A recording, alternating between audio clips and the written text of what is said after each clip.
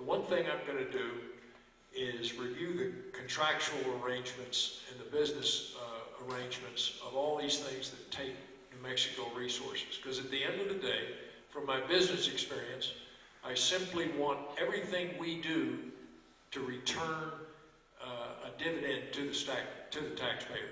It's yours, and we shouldn't be paying a disproportionate amount of money. The rail runner ought to be run on a budget, and we shouldn't be subsidizing it. Thank you very much.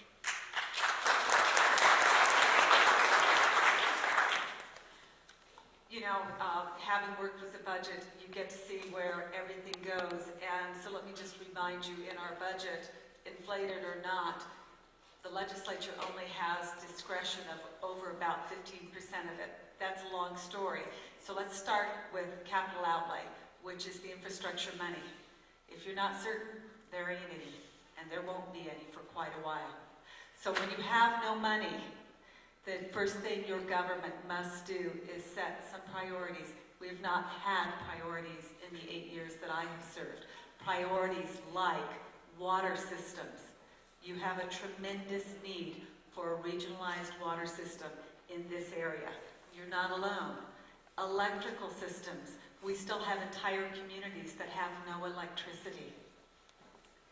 When you set those basic criteria, then how you spend your budget starts to make some sense. Right now, we are throwing money into what we call economic development. And I don't want to step on the toes of the economic developers. There's some very good projects. But when we talk about economic development being handing money to Bill's buddies and the money goes out of state, that is not economic development, and that's a fact.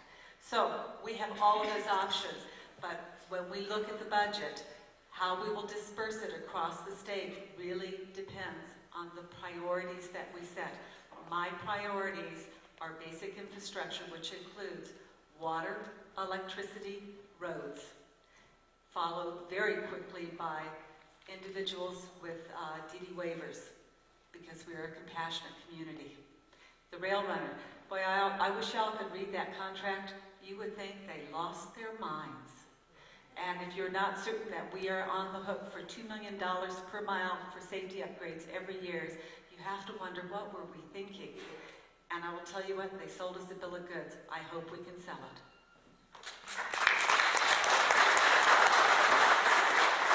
I'll start with a rail runner. My 3-year-old loves it, but he doesn't have to, he's not watching his watch. It takes an hour and a half to get from Albuquerque to Santa Fe. The rail runner is a dog. And I will answer your question very quickly. I'm not sure there's a private company which would buy it from us. So unfortunately, I think we're stuck with it. Although we could probably subsidize a private company to do that. Let me just talk about Eastern New Mexico. Eastern New Mexico is not alone in terms of being left out in the cold from money that goes from Las Cruces to Albuquerque to Santa Fe. Certainly there are portions of the western part of the state and northeastern part of the state that are also left out in the cold. And really what it comes down to, in my mind, is creating a regulatory environment that allows businesses to do business. We've already heard about the PIT rule. Certainly there's a similar set of regulations which make being in the dairy industry very, very difficult, and those need to be changed. We need a state government that is more of an ally with business than an adversary, and right now we've got an adversary. Something that I've really spent a lot of time talking about, I think, in terms of job potential and future growth, is pushing New Mexico to become a leader in nuclear power. We already have a facility that's being built down in southeast New Mexico near Eunice, which has created 1,500 jobs at a uranium enrichment facility. We've had huge success with WIP. I think that we ought to be looking at expansion of uranium mining in the checkerboard in the western part of the state, where we've had no support from this administration, and yet it's a huge job creator. And I think we ought to be looking at all portions of the nuclear life cycle to have here in New Mexico. We can be a net exporter of power, and we'll create thousands of jobs and enormous economic development in this part of the state. Thank you. I'm going to interrupt here and do a sound check because I feel bad that he's having to pick his microphone up. Good.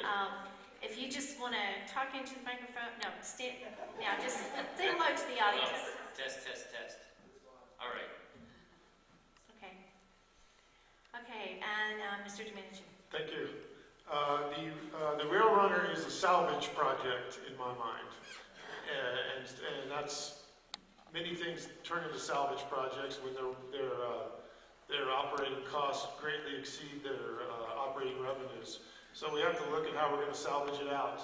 Could be a private company will take it. It could be we could redo some of the contracts. There's several options. None of them are good. There's no good solution. A $50 billion a year subsidy is unacceptable, and so that won't continue under my administration. But we will salvage something out of the rail runner, even if we end up completely privatizing it and a private company sits on it until the population grows or makes some other similar choice like that. As far as economic development and your share of funds, I saw the state engineer yesterday and asked him how the legislature went, and he said I had one bill in the legislature. It passed unanimously. It was the Eastern New Mexico Water Authority.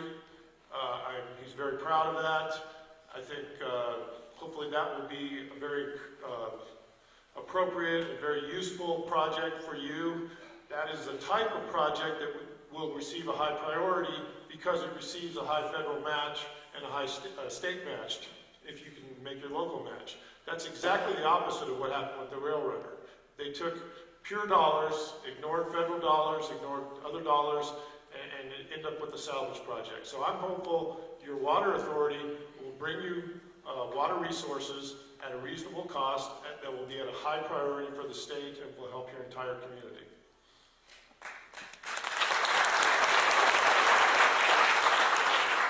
Thank you. Next question, please. Good evening.